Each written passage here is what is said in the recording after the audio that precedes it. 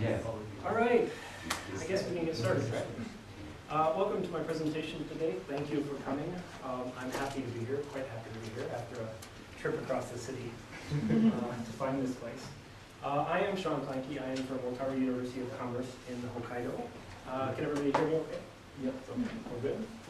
I'm going to be talking to you today about textbook design as a teacher training tool. And do any of you have any experience with writing textbooks? No? Okay. I'll kind of, since I've got 40 minutes, I've got a little bit more time, I can expand on some of the stuff that is in here about the textbook industry and writing textbooks, as well as the actual program that I am working on to teach graduate students materials development, curriculum design, course design through textbook design. Okay, so that's what I'm going to be talking about today. Okay, I am a materials developer. I've done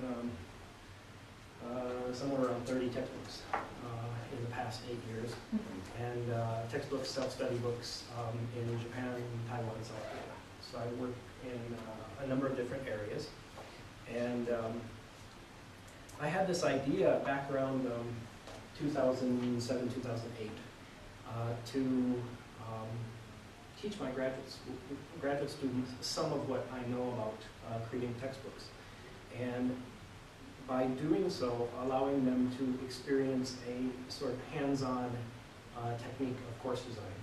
Okay, because basically what we're doing when we're creating a textbook is we're emulating a class, we're simulating a class, and we're trying to look at our audience. We're looking at the students who are going to be involved, looking at the skills involved. We're looking at all the things that we really want them to be looking at as teacher training students. And our teacher training program up at Otaru University of Commerce is meant to create teachers, mainly at the high school and junior high school level, but we do have people that go in towards, go on to do their doctorate and stuff towards their college professorships or lectureships. So we also do teacher relicensing up there, and we have the teachers coming in and relicensing them as well. So I give a talk about this to them, trying to get them to focus on better course design.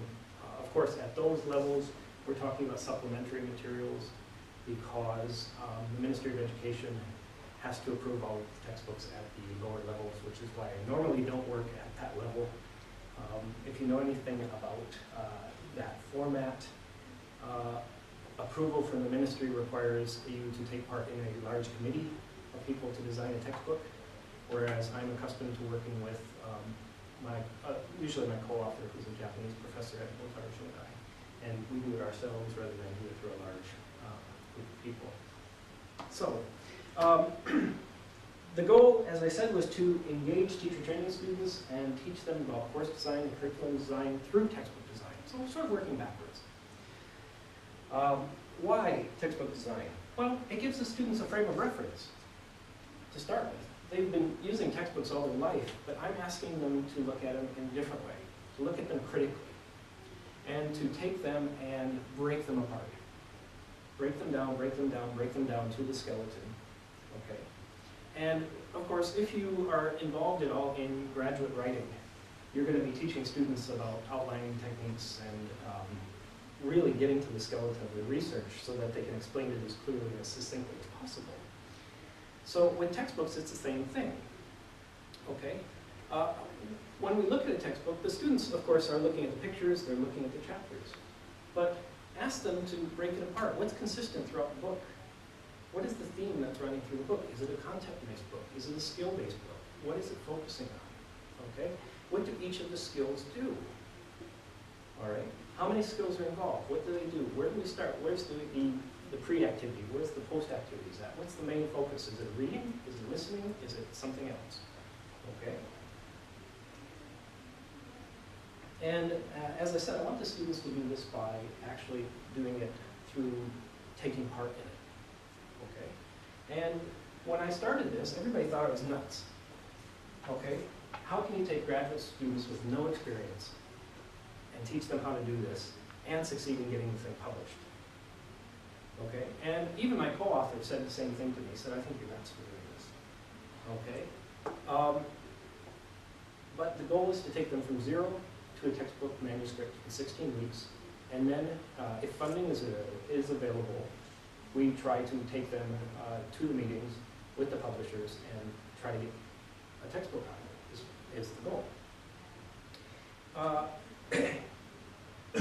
It sounds quite complex, but textbooks are quite easy.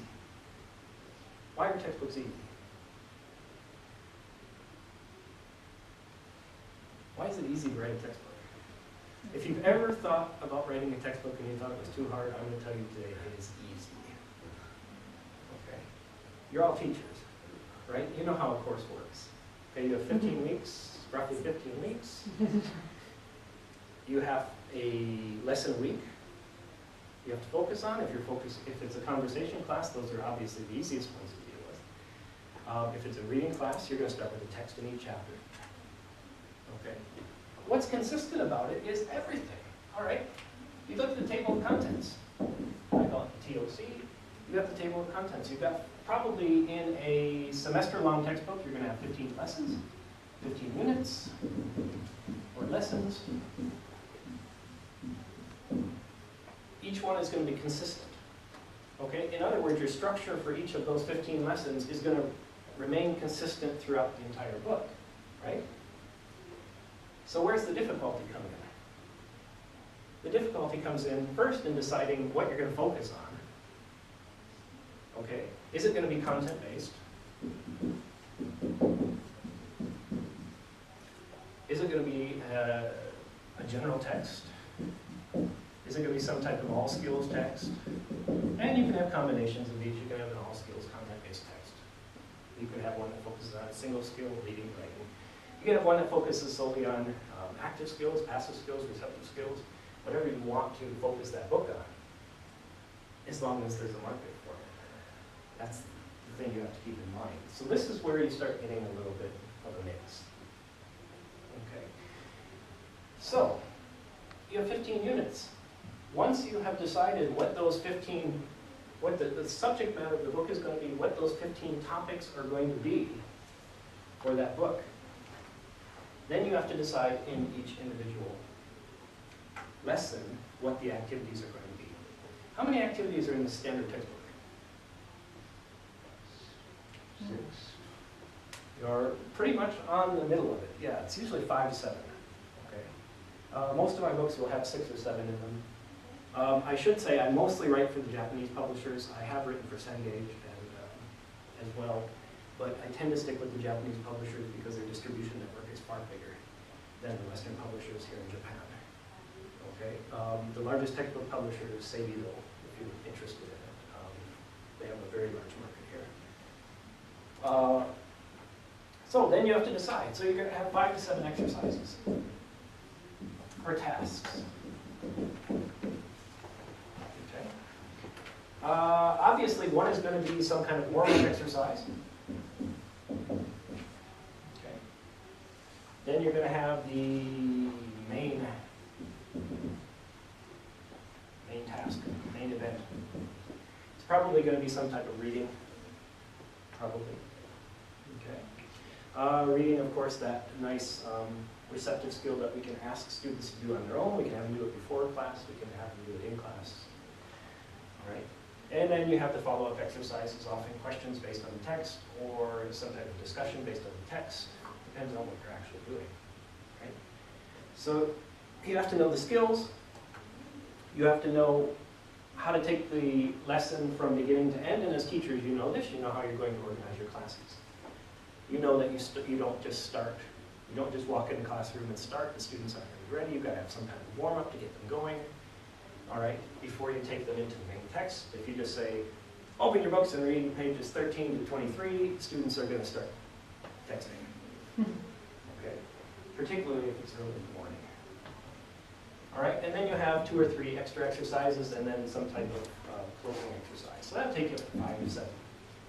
So, how does this all work in the actual class? And you can see that in your handout, sort of the organization of the course. All right. Are all of you working on the 90-minute system? Everybody's 90 minutes? Is nobody on the 60 or 50? Okay. Or an hour 15? Me. Yep. You're on the hour 15? I work in 8 hours. Ah. So 15 minutes. Okay. All right. That makes it a little bit of a different setup than this, but bear with me for My that. apologies. No, it's okay. I'm assuming a standard 15-week term. We do have a 16th week. Every school, I think, has the reading period or the extra period that you can use if you need it. I tend not to need it with the students. There are 3 parts of the course. This is, of course, a graduate course. This is not an undergraduate course. Although, having said that, the first book I did with my students, 2 of them were third-year students in university when we published the first book.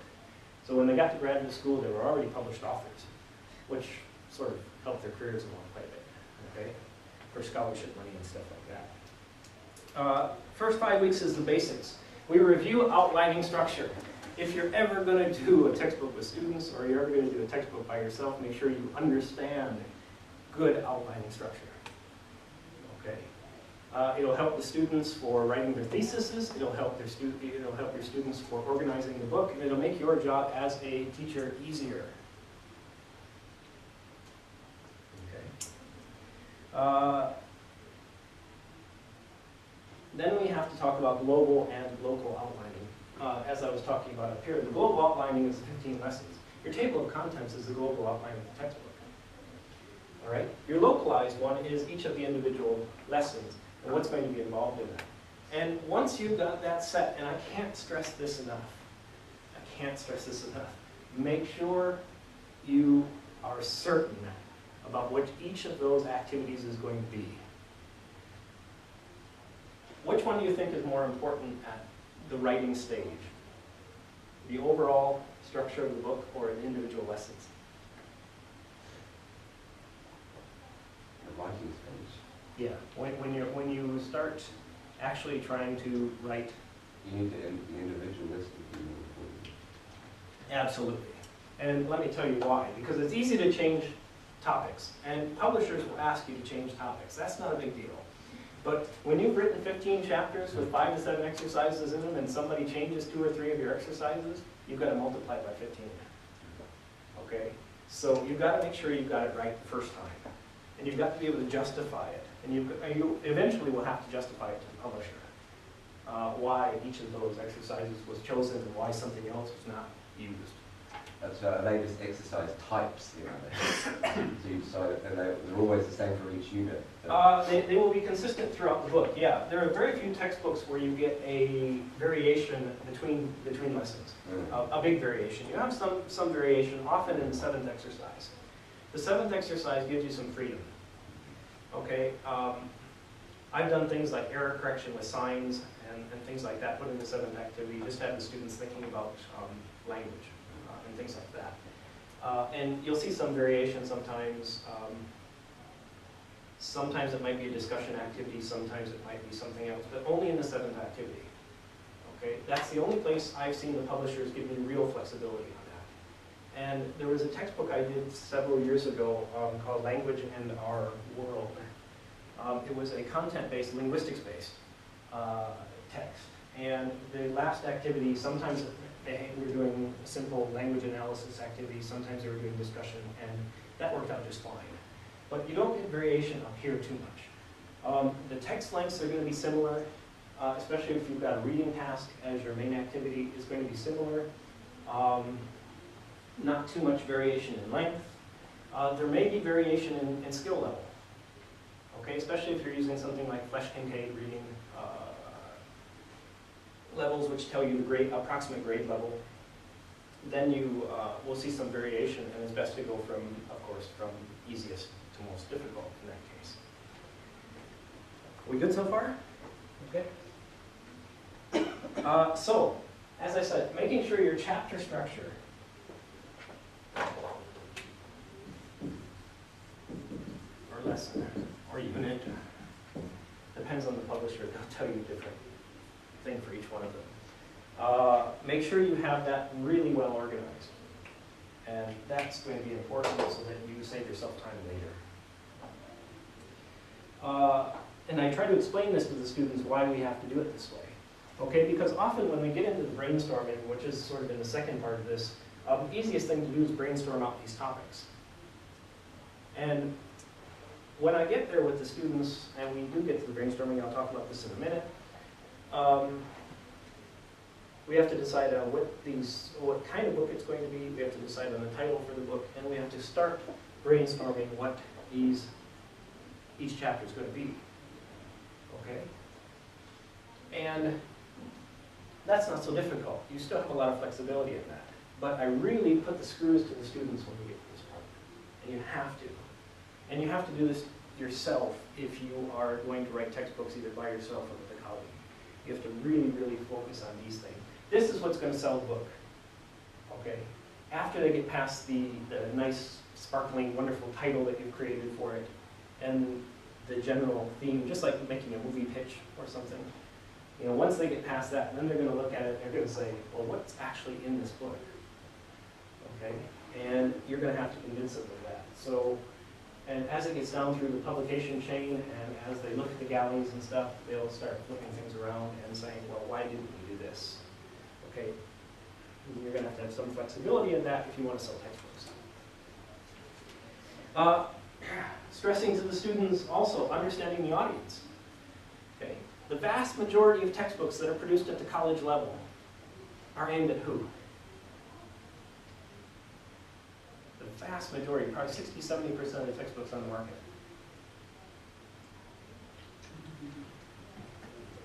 They're aimed at first and second year English classes, which are going to be mainly your English conversation classes, the ones that sort of bridge between high school and university classes. They're all aimed at that. Okay? The more specialized you become, the more difficult it's going to be to get the publisher to want to invest money in that project, because it is a lot of upfront money. Okay? But if you have a great book, and I have to tell you this, if you have a great book, if you have a great idea, and you believe in it, you have to stick with it. The book I talked about earlier, Language in Our World, was rejected by 7 publishers because its original title was Linguistics in the Real World.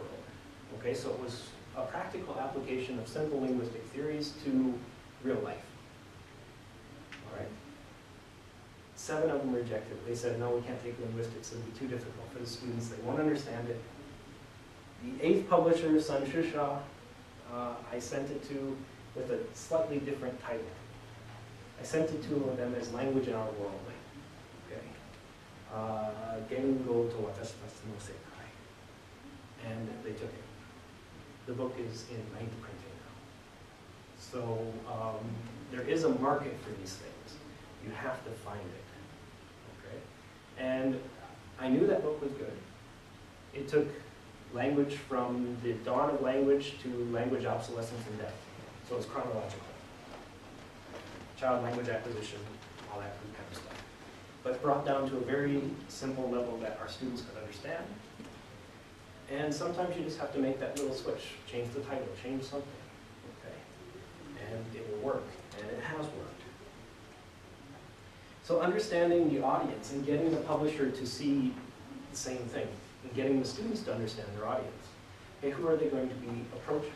And when I have students come to me and say, we want to do a high school textbook, I say, well, we might want to, first understand that the ministry controls everything at that level.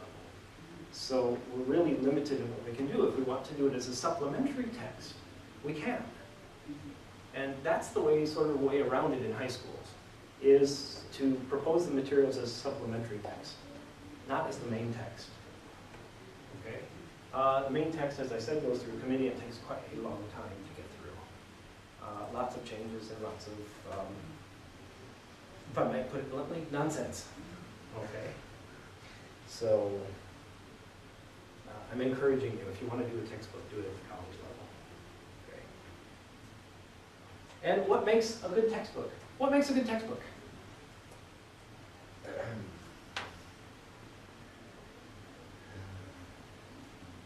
When you're looking for a textbook, what are you looking for? When you're Vocabulary choosing. level. Pardon? Vocabulary level. The vocabulary level? Could be. Sure. That's why most of the textbooks are going to be aimed at first and second year. Flexibility. Yep. Flexibility. Okay. Appealing topics. Appealing topics. Yeah, absolutely. That's one of from talking to teachers, that's one of the first things they do. They flip it open and they want to see what the topics are. Okay. Now, I would argue to you that this is more important than what the topics are, but the topics are the sort of icing on the cake that make everything easier, makes your job easier, right? And keeps the students engaged so they're not in the back of the room with their heads down and texting their friends. Okay. What else do you look for?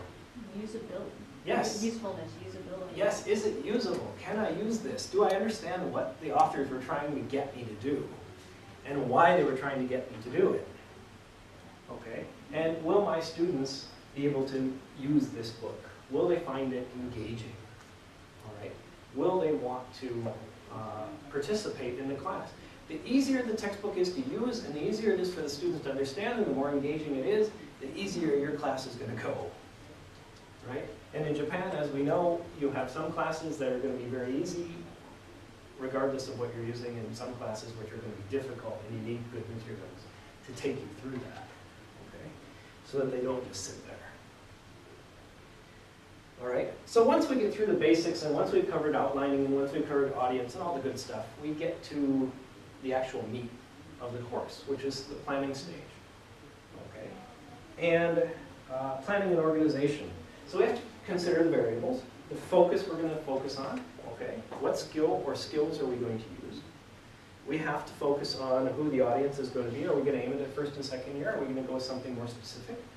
And I've talked so far about universities, students, and university classes, but there's a whole other division I haven't talked about, which are self-study books. Okay? And self-study books are, you know, they're the ones that the students will walk into the campus bookstore and they'll be up on the shelves, all right, that they can study on their own, often phrase books, TOEIC study books, things like that, that they do on their own. And that whole market is a huge market as well. Okay, so sometimes I have students working on textbooks, sometimes I've been working on self-study books. We did one a couple years back that was sort of a salaryman's guide to English, business Japanese, business Chinese. Are they written in Japanese? They can be. That is a very good question. Okay, and this is something that you're going to have to think about a little bit, because if you're working for the Japanese publishers, they will require some Japanese to be in the book. Okay, you won't see an all-English book. If you're working for the Western publishers, I got one here. If you're working for the Western publishers, then you can get all English. Okay, and I'll pass these around a little. Actually, I'll pass them around now. These are the two books I'm going to be telling you about a little bit. These are the two that I've done with my students so far. The first one is Solutions. This was done with 3 of my students. 2 of them at the time were third-year students taking graduate courses in a program, a special program that was started there.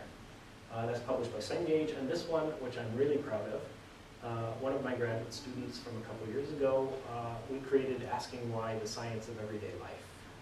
Okay, why is the sky blue? Why is the sea salty? All the fun, interesting stuff. Why do you have eyebrows? You know? So I'll pass those around and you can look at them. Keep my eye on the clock. Okay.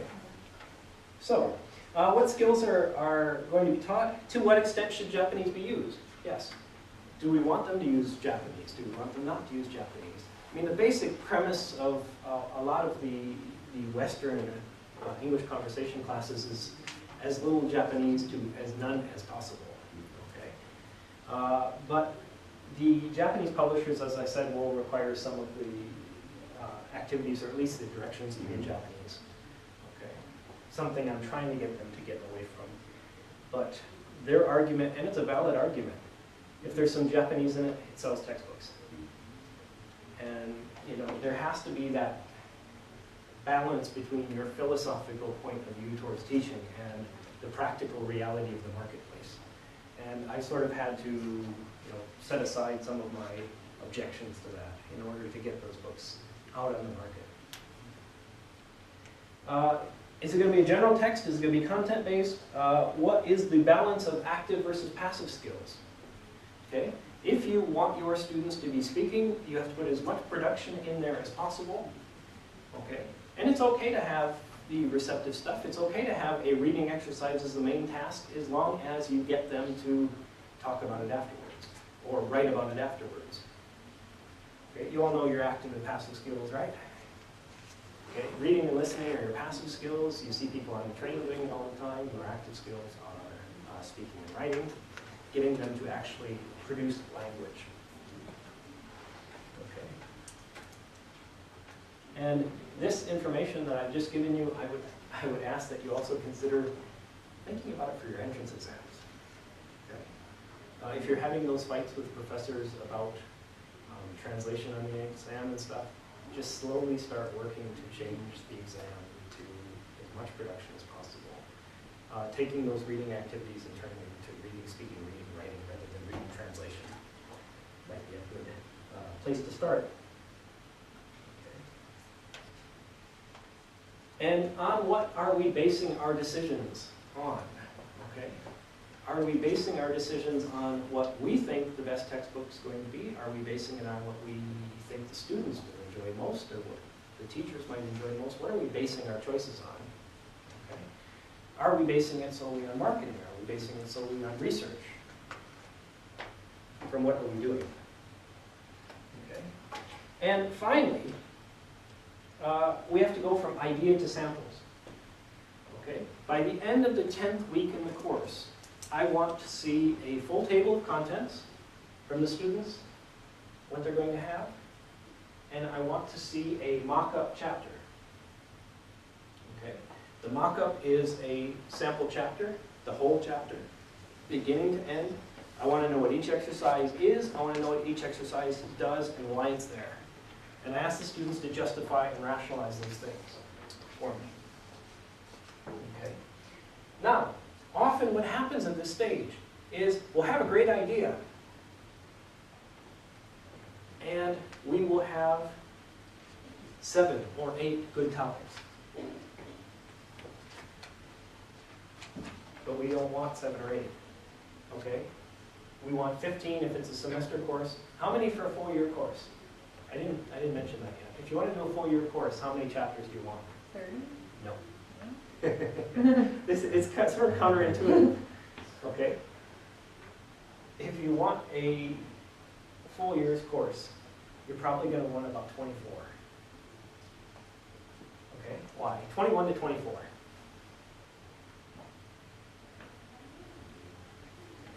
Because if it's a full year course, you're probably going to have some project at some point you're going to want the students to work on. So that's going to take away a couple weeks. You're probably going to have a midterm and a final. Okay, so you're going to lose a couple weeks there. So that's right there, about 5 weeks, so that's 30 off of 5 is 25, 24 chapters, and you're pretty much covered. The reason there's 15 and 15 weeks here is because some professors like to follow it exactly, and some professors just like to pick and choose. So by giving them 15, if they want to use the book for 12 weeks, they can pick 12 out and leave the other 3. This is sort of why we do it that way. Okay, so as I said, if we get 7 or 8, we have a problem. If after brainstorming we only get 7 or 8 lessons, I tell the students to abandon the idea. Because if we only get 7 or 8 after about 2 weeks of brainstorming, we're not doing very well. Okay? And set the idea aside. It might be a great idea, but right now we don't have the content for it. Okay? We don't have enough to fill up what we're doing, so we'll go with something different. And often we'll have 2 or 3 ideas floating around before we decide which one we're actually going to tackle. Okay? It's only when we get 15 full ones that we move on to looking at what the individual lessons are. So we have to get through this first to get to this, even though this is more important. Okay? And students will find how difficult it is. Sometimes you have a great idea. Okay? I have an idea I've been working on for 3 years, and I just keep setting it aside because I can't fill in the rest of the chapters yet. All right? I know it'll sell books. I know it'll get published. It's just not ready yet. And sometimes you have to do that. You have to set the idea aside and choose something different. Okay?